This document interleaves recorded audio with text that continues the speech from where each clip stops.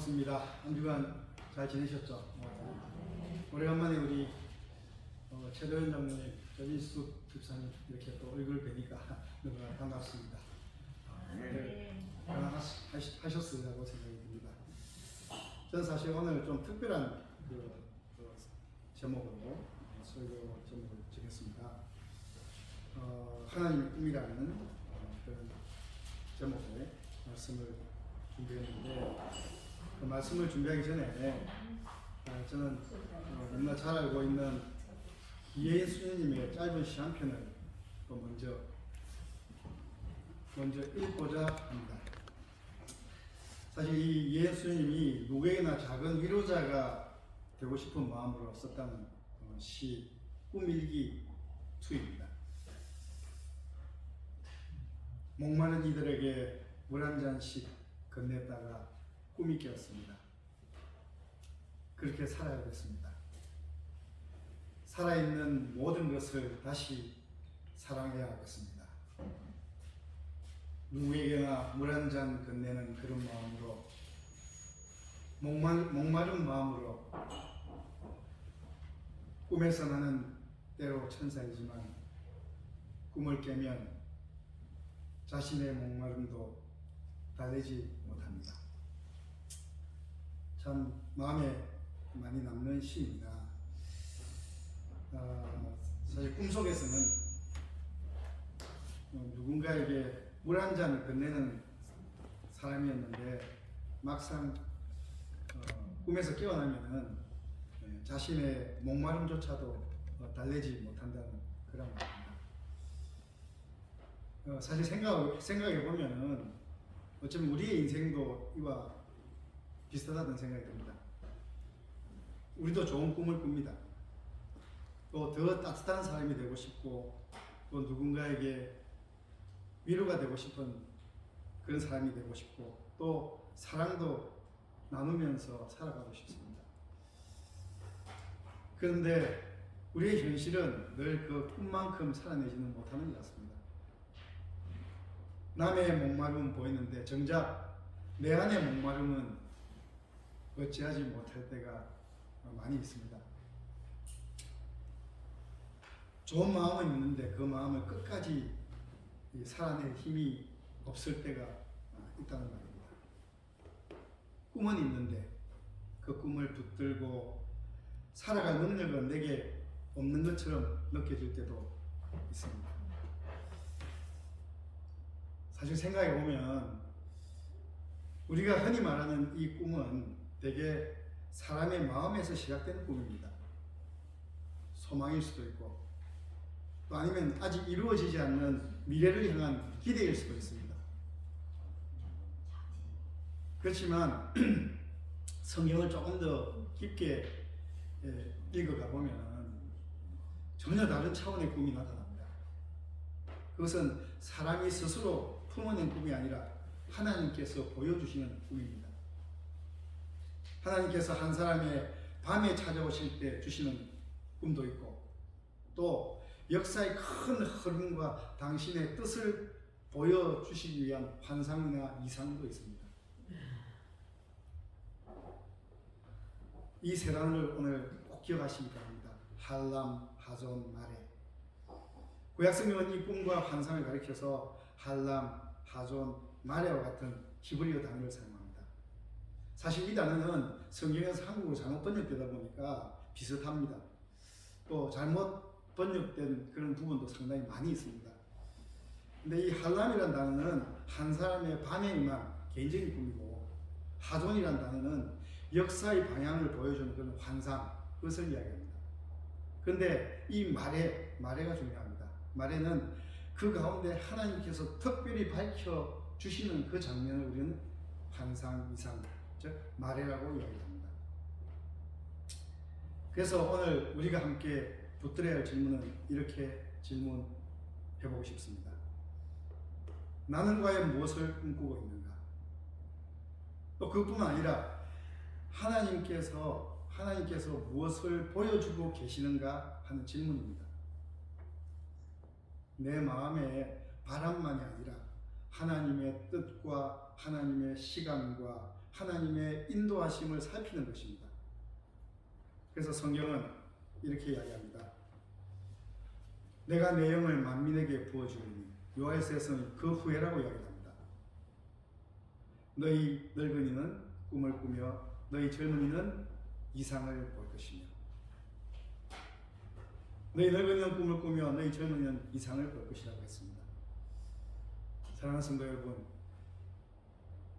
오늘 우리는 이 말씀의 흐름을 따라서 한번 가보려고 합니다. 한 사람의 어두운 밤에 찾아오신 하나님, 역사의 때와 뜻을 보여주신 하나님, 그리고 당신의 백성 가운데서 말씀하시는 하나님을 함께 바라보려고 합니다.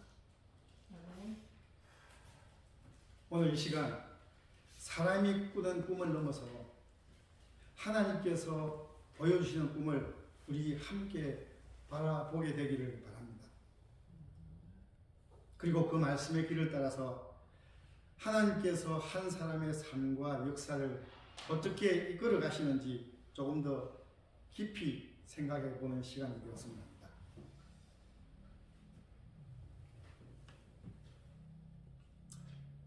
성경을 읽다 보면은 하나님께서 꿈으로 말씀하시는 때가 있습니다.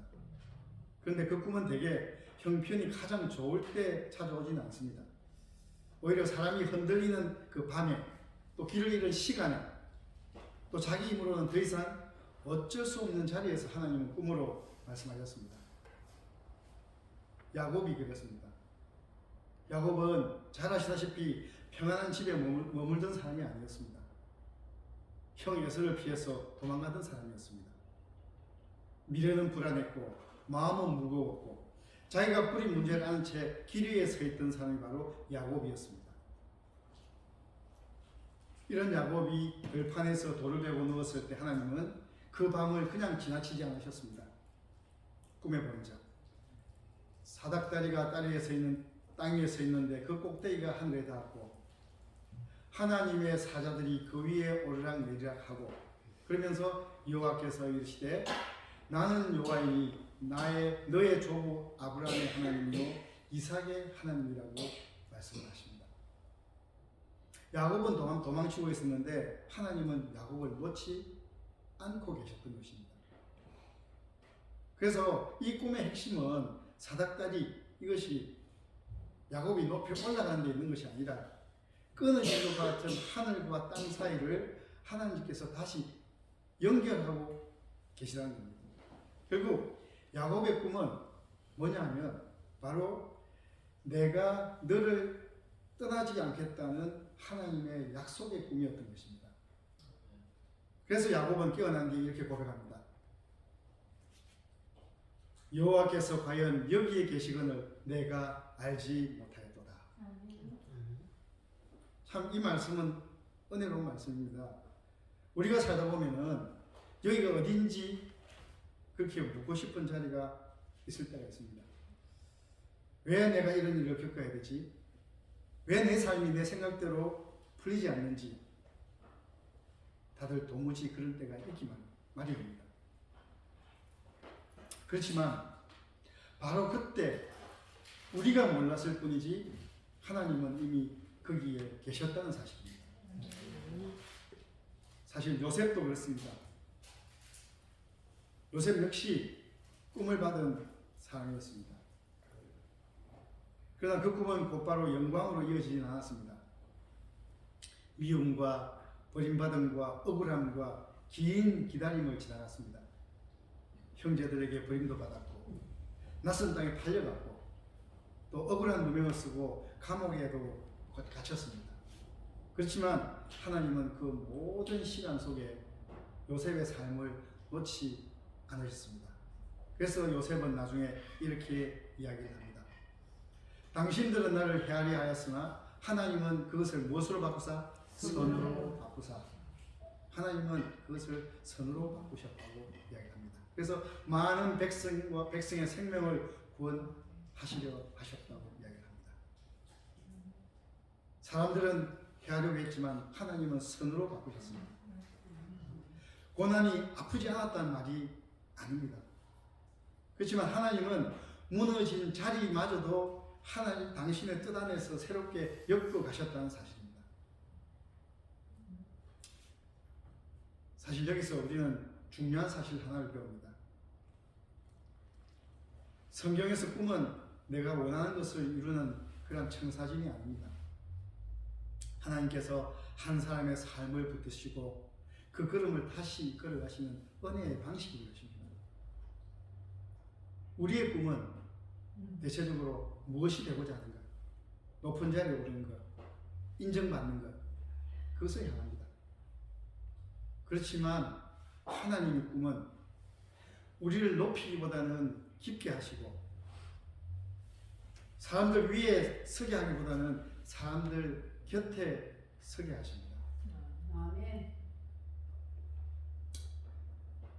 사실 저는 이 자리에서 제 삶을 조금 돌아가 보려고 합니다.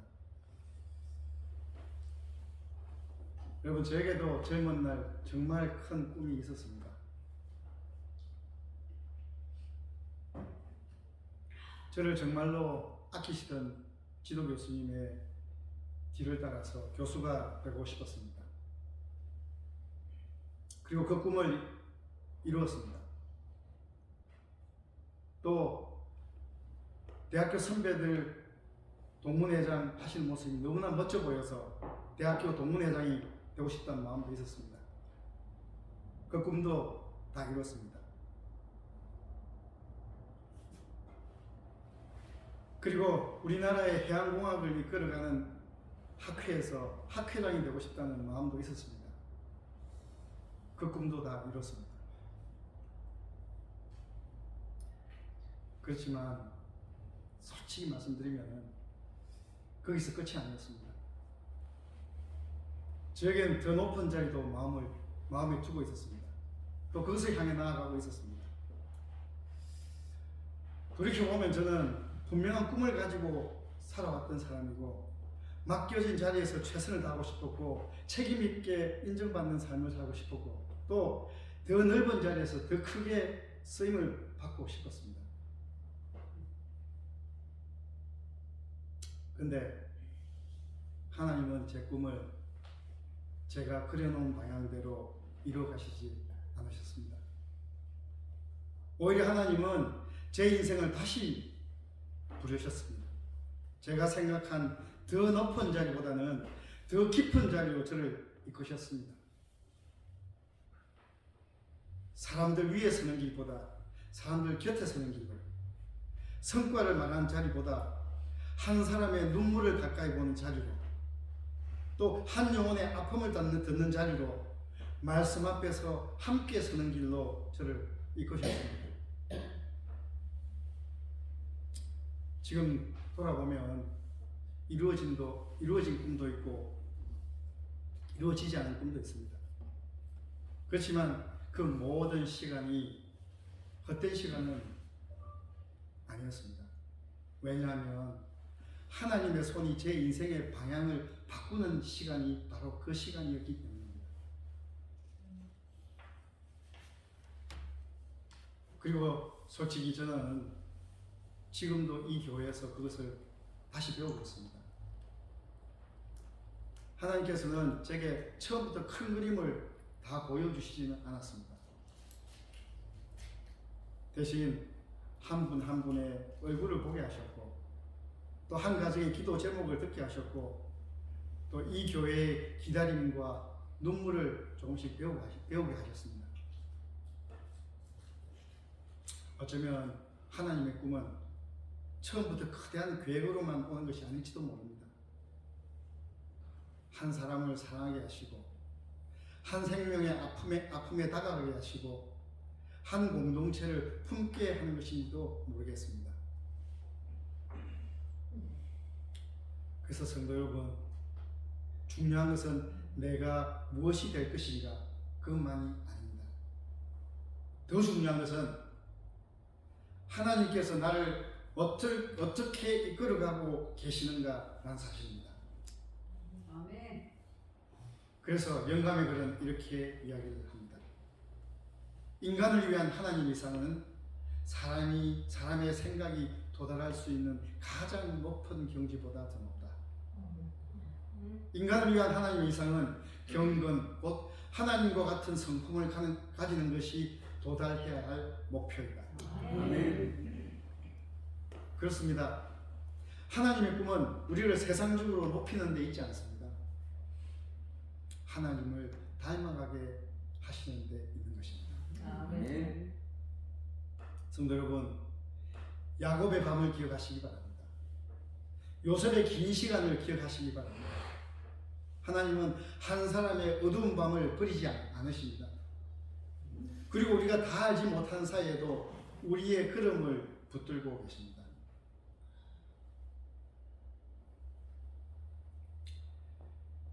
하나님의 꿈은 길 잃은 사람에게 주시는 하나의 방향입니다. 상처 입은 사람에게 주시는 약속입니다. 흔들리는 사람을 끝내 포기하지 않으시는 하나님의 신실하신 분이십니다. 그런데 성도 여러분, 하나님은 한 사람의 밤에만 말씀하시는 분이 아닙니다. 그 한 사람의 삶을 붙드시는 하나님은 동시에 큰 뜻과 더 큰 역사도 보여주시는 분이십니다. 지금부터 그 하나님의 꿈이 어떻게 한 사람을 넘어서 역사의 방향을 비추는지 함께 보고자 합니다. 약간은 어려운 내용일 수도 있습니다. 성도 여러분, 하나님은 야곱의 어두운 밤에 찾아가셨고 요셉의 깊은 웅덩이에서도 일을 하셨습니다. 그러나 하나님의 꿈은 한 사람의 인생을 위로하시는 데만 머물지 않습니다. 하나님은 한 개인의 밤뿐만 아니라 이 거대한 세상의 역사까지 붙드시는 분이시기 때문입니다. 그 하나님의 모습이 가장 선명하게 드러난 책이 바로 다니엘서입니다. 잘 아시다시피 느부갓네살은 바벨론의 왕이었습니다. 제국을 손에 쥔 사람처럼 보였습니다. 그러나 그는 꿈 하나에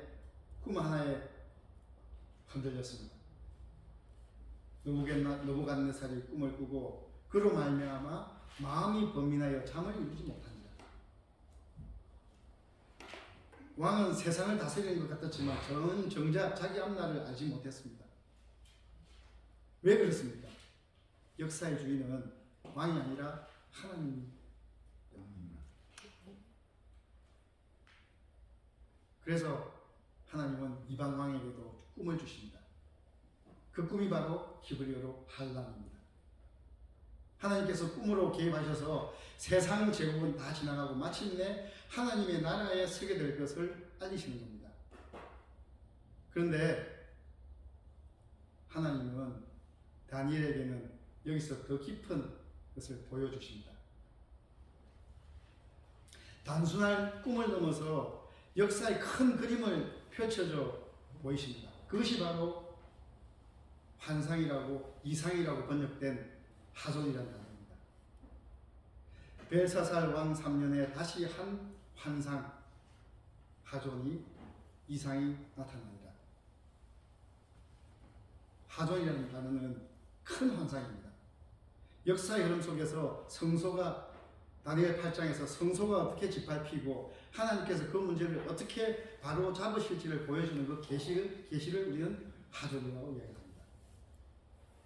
그런데 그 환상 속에는 특별히 붙들어야 할 그런 장면이 하나가 있습니다. 그것이 뭐냐면 마레라는 단어입니다. 똑같이 환상으로 번역되어 있습니다.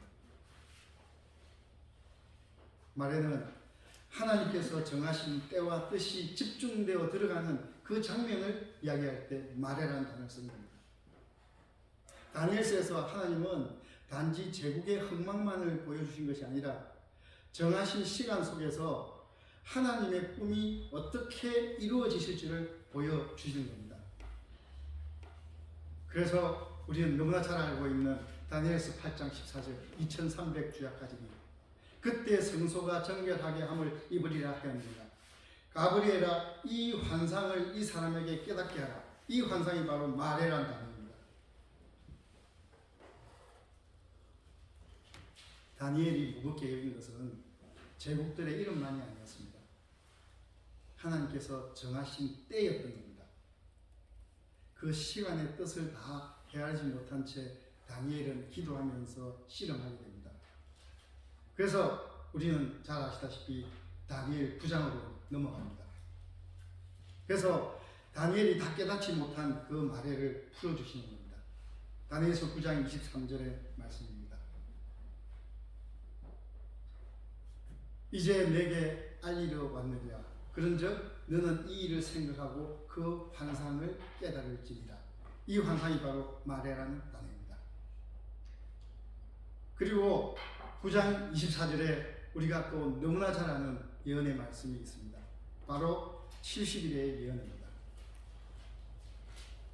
내 백성과 내 거룩한 성을 위하여 이런 이래를 기한으로 정하였나니 허물이 그치며 죄가 끝나며 죄악이 용서되며 영원한 의가 드러나며.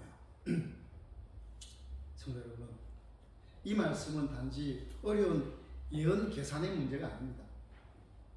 이것은 하나님의 마음에 관한 말씀입니다. 하나님께서 역사를 왜 붙들고 계시는가에 대한 말씀입니다.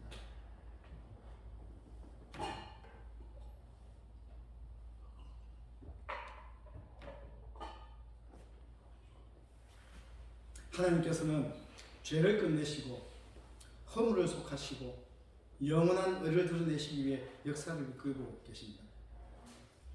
그러므로 다니엘의 환상 중심에는 제국의 미래가 아니라 바로 예수 그리스도가 계시다는 사실입니다. 결국 70일의 예언은 메시아를 향해 가고 있습니다. 예수 그리스도의 오심을 향해 가고 있는 겁니다. 그 다음에 마침내 십자가를 향해 갑니다. 그래서 70일의 마레라는 그 환상은 예수님의 오심과 십자가 안에서 실제로 성취되었다는 겁니다. 실제로 성취되었다는 겁니다. 그래서 하나님 꿈은 막연한 이상이 아니라 그리스도 예수 안에서 실제로 되었다는 겁니다. 그래서 바로 여기에 우리는 믿음의 첫 확신을 가져야 합니다. 하나님은 보여주시기만 하는 분이 아니라 보여주신 것을 이루는 분이라는 사실입니다. 바로 여기서 아까 말씀드렸던 다니엘 8장의 말씀이 다시 살아나야 하는 겁니다. 성소가 나오고 정결하게 됨이 나오고 2300주야의 말씀이 다시 빛이 납니다. 그가 내게 이르되 2300주야까지니 그때 성소가 정결하게 함을 입으리라. 사실 우리는 이 다니엘 8장 14절의 말씀은 제국에 너무나 소중하게 붙들고 있습니다. 어떻게 해요? 요렇게 해요. 너무나 많이 바쁜 그림일 수도 있습니다. 저도 이거 뭐 숫자 다 그냥 계산하고 여러분들 많이 했을 겁니다. 하지만 2300주야의 말에는 이 그림처럼 단순히 숫자의 계산만이 아니라는 사실입니다. 이미 70일의 약속 안에서 성취를 보여주신 하나님께서 이제 하늘 성소에서 구원의 역사를 이어가신다고 하는 확정의 말씀인 겁니다. 예수님은 갈보리에서 우리를 위해 죽으신 구주이실 뿐만 아니라 지금도 하늘 지성소에서 자기 백성을 위해서 일하시는 참된 제사장이십니다. 그렇기 때문에 말에는 십자가에서 한번 밝히 드러났기 때문에 하늘 지성소 공사 안에서 지금도 이어지고 있는 실제의 사실이라는 이야기입니다. 성도 여러분, 정말 얼마나 큰 복음입니까? 예수님의 말에는 갈보리에서 끝난 것이 아닙니다. 예수님은 지금도 살아계셔서 자기 백성을 붙드시고 또 중보하시고 마지막에 완성을 향해서 구원의 역사를 이끌고 계신다는 믿음의 확신을 가지시기 바랍니다. 아멘. 그래서 모세는 이렇게 이야기를 했습니다. 너는 오늘 위로 하늘에나 아래로 땅에 오직 여호와는 하나님이시오. 그래서 오늘 내가 내게 명령하는 여호와의 규례와 명령을 지키라. 그리하면 너와 내 후손이 복을 받아 내 하나님 여호와께서 내게 주시는 땅에서 한없이 오래 살리라. 그렇습니다. 하늘 위에도 땅 아래도 역사의 모든 때와 계절 위에도 오직 여호와 하나님만 하나님이십니다. 그리고 그 하나님께서 이 길고 깊은 예언의 시간표를 보여주신 이유는 우리를 두렵게 하시기 위함이 아닙니다. 또 그것은 우리를 살리기 위함입니다. 우리를 예수 그리스도의 십자가와 하늘 성소의 은혜 안으로 부르시기 위함인 것입니다. 그것이 바로 역사를 향한 하나님의 꿈입니다. 그리고 우리를 향한 하나님의 꿈인 것입니다. 성도 여러분, 어쩌면 우리가 다 이해하지 못해도 하나님은 분명히 그렇습니다. 일하고 계십니다. 정하신 때에 예수님을 보내시고, 정하신 뜻 안에서 십자가를 세우시고, 정하신 시간 속에서 하늘 성소의 문을 여신 하나님께서 지금도 우리의 시간을 놓치지 않고 붙들고 계시다는 사실입니다. 우리가 다 이해하지 못하는 그 깜깜한 시간조차도 십자가와 하늘 지성소에서 완성되어가는 하나님의 꿈 안에 있는 시간임을 확신하시기 바랍니다. 아멘. 이제 구약의 선지자들에게 환상으로 보여주셨던 이 거대한 하나님의 꿈이 복음서에서는 어떻게 예수님의 삶과 걸음 속에서 더 밝고 가까이 나타났는지, 그리고 그 꿈이 오늘 교회 안에서 어떻게 이어지고 다시 오실 주님을 향한 소망으로 어떻게 완성되는지를 한번 가보도록 하겠습니다.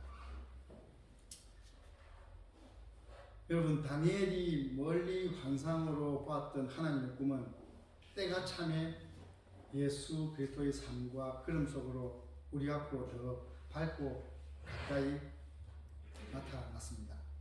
때가 참에 하나님이 그 아들을 보내사 여자에서 나게 하시고, 구약의 선지자들은 멀리서 봤습니다. 환상으로 보았고 또 약속으로 들었고 기다림 속에서 붙들었습니다. 그렇지만 신약에 오면 그 하나님의 꿈은 더 이상 먼 장면으로만 머물지 않습니다. 한 아기로 오시고 한 사람의 걸음으로 지나가시고 마침내 십자가와 부활과 승천으로 우리 가운데 밝히 드러나고 있는 겁니다. 예수님은 단지 말씀으로만 전하신 분이 아니었습니다. 하나님의 꿈을 몸으로 살아내신 분입니다. 섬기고 또 자기 목숨을 많은 사람의 대속물로 주셨습니다. 예수님은 높아지려 하지 않으시고 오히려 자기를 낮추어 종의 길을 걸어가셨습니다. 그리고는 마침내 십자가까지 순종하셨습니다.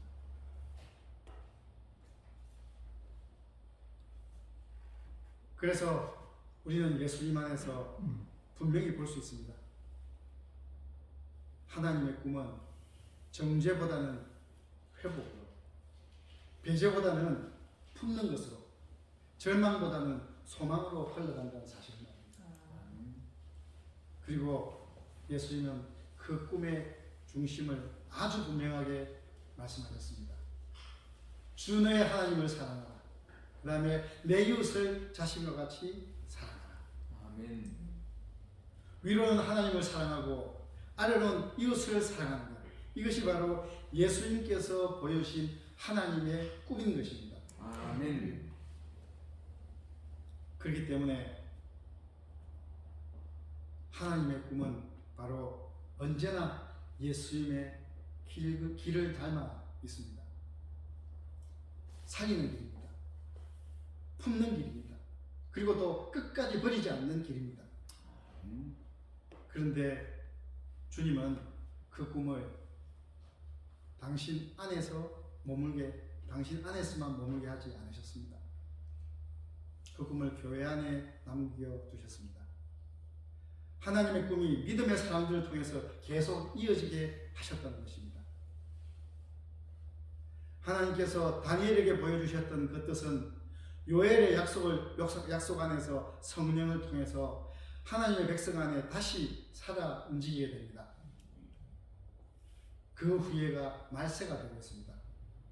요엘서의 그 후예라는 단어가 말세라는 단어로 바뀌면서 똑같은 말로 너희의 젊은이들은 환상을 보고 너희의 늙은이들은 꿈을 꾸리라. 저는 이 말씀이 너무나 좋습니다. 하나님은 늙은이에게도 꿈을 주신다고 하셨습니다. 세상은 사실 나이가 들면 물러나라고 합니다. 저도 사실 밖에 나가면 물러나라고 합니다. 사실 여기 오면 제가 청춘이지만 하나님의 꿈 앞에서는 늦은 나이가 없습니다. 여전히 기도를 맡기시고 여전히 믿음의 자리를 지키게 하시고 여전히 교회를 품게 하십니다. 하나님을 믿는 사람들은 작고 연약해 보여도 함께 믿음으로 살아가기 시작할 때 세상은 조금씩 달라지기 시작합니다. 그래서 영감의 글은 이렇게 이야기합니다. 교회가 비록 연약하고 결함이 있는 것처럼 보일지라도 그것은 이 지상에서 그리스도께서 당신의 최고의 관심을 쏟으시는 유일한 대상이다. 아멘. 예수님께서 교회는 당신의 최고의 관심을 쏟으시는 유일한 대상이라고 말씀하셨습니다. 교회는 완전해서 귀한 것이 아닙니다. 그리스도께서 사랑하시기 때문에 귀한 것입니다. 아멘. 주님께서 지금도 마음을 쏟고 계시기에 소중한 것입니다. 그리고 저는 이 교회에 와서 그런 믿음을 조금씩 보고 있습니다. 크게 드러나지 않아도 오래 견디며 신앙을 지켜온 그런 마음이 있다는 것을 저는 보고 있습니다. 많이 말하지 않아도 교회를 향한 사랑이 조용히 남아있다는 것도 느끼고 있습니다. 그래서 저는 이렇게 생각합니다. 하나님은 이런 믿음 위에 당신의 꿈을 이어가십니다. 성도 여러분, 교회는 결국 믿음으로 씁니다. 말씀을 놓지 않는 마음으로 서고 기도를 쉬지 않는 무릎으로 서고 그리고 서로를 품으려는 사랑으로 서는 겁니다. 그래서 예수님께서 이렇게 기도하셨습니다. 아버지여, 아버지께서 내 안에 내가 아버지 안에 있는 것 같이 그들도 다 하나 되어 우리 안에 있게 하사 세상으로 아버지께서 나를 보내신 것을 믿게 하옵소서. 아멘. 주님께서 바라시는 교회는 먼저 하나 되는 교회였습니다. 상처 없는 사람들이 모인 교회가 아니라 상처를 안고도 함께 예배하는 교회였던 겁니다. 그렇기 때문에 교회는 누군가를 판단하는 자리가 아니라 누군가를 붙들어주는 자리여야 합니다. 아멘. 약한 사람이 숨지 않고 앉을 수 있는 자리, 눈물 흘리는 사람이 정죄보다는 사랑을 먼저 만나는 자리여야 하는 것입니다. 아멘. 하나님의 꿈은 말입니다. 한 사람의 눈물에서 시작될 수가 있습니다.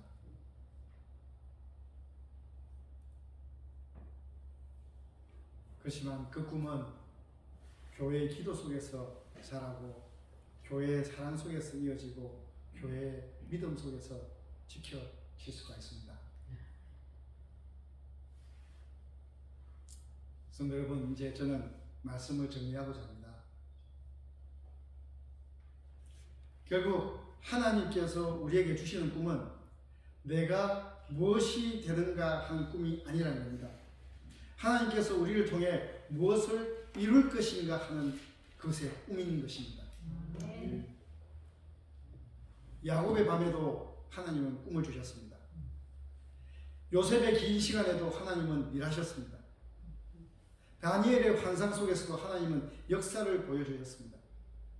그리고 때가 참에 그 꿈은 예수 그리스도의 삶과 십자가와 하늘의 사역 속에서 더 밝고 분명하게 드러났습니다. 그리고 오늘 또 하나님은 그 꿈을 당신의 백성에게 남겨두십니다. 교회 안에 남겨두시고 기도하는 사람들의 마음에 남겨두시고 또 끝까지 믿음을 지키려는 사람들의 눈물 속에 남겨두십니다. 그래서 요한은 이렇게 마지막을 보여줍니다. 오라 하나님의 장막이 사람들과 함께 있음에 하나님의 그들과 함께 계시리니 모든 눈물을 그 눈에서 닦아주시니 모든 눈물을 그 눈에서 닦아주시니 다시는 사망이 없고 애통하는 것이나 곡하는 것이나 아픈 것이 다시 있지 아니하리니. 그러므로 중요한 것은 이것입니다. 어떤 꿈을 꾸느냐보다는 하나님께서 우리에게 남기신 그 꿈 안에 우리가 살고 있느냐는 것입니다. 그래서 아브라함, 조수아, 에셀은 이렇게 이야기했습니다. 하나님을 믿는다는 것은 하나님의 꿈을 나의 꿈으로 삼고 사는 것이다. 하나님의 꿈을 나의 꿈으로 삼고 사는 것이다. 성도 여러분, 저는 이 말씀을 붙들고 분명히 한 가지를 말씀드리고 싶습니다. 이제는 바꿔야 합니다. 이제는 바뀌어야 합니다. 우리에게 필요한 것은 저는 이렇게 이야기합니다. 사랑과 희망의 재림신앙. 사랑과 희망의 재림신앙. 재림신앙은 날짜를 그냥 주장창 계산하는 그런 신앙이 아닙니다. 두려움에 떠는 신앙도 아닙니다.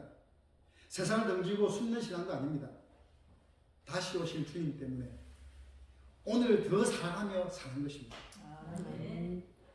다시 오실 주님 때문에 오늘을 절망하지 않고 우리 서로를 품고 견디는 그런 신앙이 바로 사랑과 희망의 재림신앙인 것입니다. 그래서 저는 믿습니다.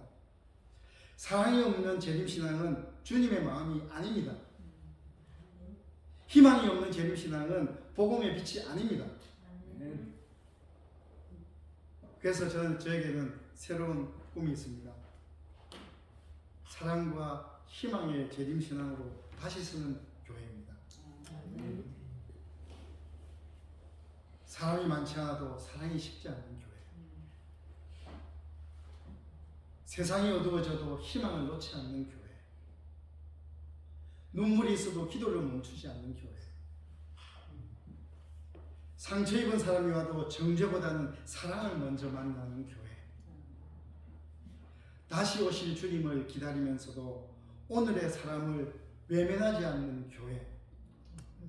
그 교회. 저는 바로 그런 교회를 꿈꿉니다. 그것은 바로 제 꿈만이 아닙니다. 하나님께서 우리에게 주시는 꿈이라고 저는 확신하고 있습니다.